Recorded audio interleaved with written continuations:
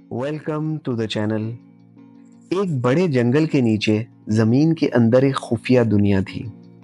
वहाँ छोटे छोटे प्यारे मखलूक रहते थे जिन्हें बोनो कहा जाता था। ये बोने बहुत छोटे कद के होते थे। इनकी लंबी टोपियां होती थी और वो जमीन के अंदर छोटी सुरंगों में रहते थे। वो लोग बहुत मेहनती और खुश मिजाज थे। वो जमीन के नीचे छोटे छोटे घर बनाते और मिलजुल कर रहते थे। इन बोनों में एक बहुत छोटा और शरारती बोनो भी था जिसका नाम टीनू था। टीनू बहुत तजस्सुस वाला था। वो हमेशा नई चीजें देखना चाहता था। एक दिन टीनू ने अपने दादा बोनो से पूछा, दादा जान, जमीन के ऊपर क्या होता है? दादा बोनो मुस्कुरा कर बोले, ऊपर एक बहुत बड़ी दुनिया है। वहाँ सूरज, दरख्त और जानवर होते हैं।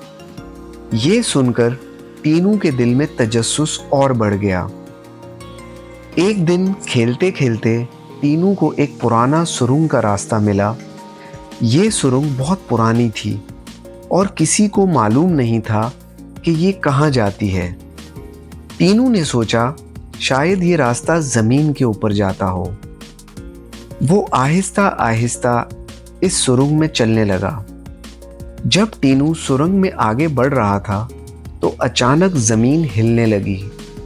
कुछ मिट्टी नीचे गिरने लगी। टीनू घबरा गया, मगर इसने हिम्मत नहीं हारी। वो जल्दी जल्दी आगे बढ़ने लगा ताकि बाहर निकल सके। आखिरकार टीनू सुरंग के आखिर तक पहुंच गया। वहां एक छोटा सुराख था जहां से सूरज की रोशनी आ रही थी। टीनू ने पहली बार सूरज देखा। इसने बड़े बड़े दरख्त, परिंदे और नीला आसमान देखा। वो हैरान रह गया। इसी वक्त एक नन्ही सी गुलहरी ने टीनू को देख लिया।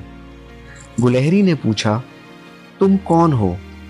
टीनू ने कहा, मैं जमीन के नीचे रहने वाला बोनो हूं। गुलहरी ने मुस्कुरा कर कहा, तो फिर तुम मेरे नए दोस्त हो। दोनों ने थोड़ी देर बातें की। कुछ देर बाद टीनू को अपने घर वालों की याद आई। वो वापस सुरंग के रास्ते जमीन के नीचे चला गया। जब इसने सबको ऊपर की दुनिया के बारे में बताया तो सब हैरान रह गए। दादा बोनो ने कहा, तुम बहादुर हो, लेकिन याद रखो हमेशा एहतियात से काम लेना चाहिए। इस दिन के बाद टीनू बोनो की बस्ती में बहादुर और समझदार बोनो के नाम से मशहूर हो गया। दोस्तों, इस कहानी से हमें ये सबक मिलता है कि तजस्सुस अच्छी चीज़ है, लेकिन हिम्मत के साथ समझदारी भी ज़रूरी है। जो लोग इस चैनल पर न्यू हैं वो चैनल को सब्सक्राइब कर दें। शुक्रिया।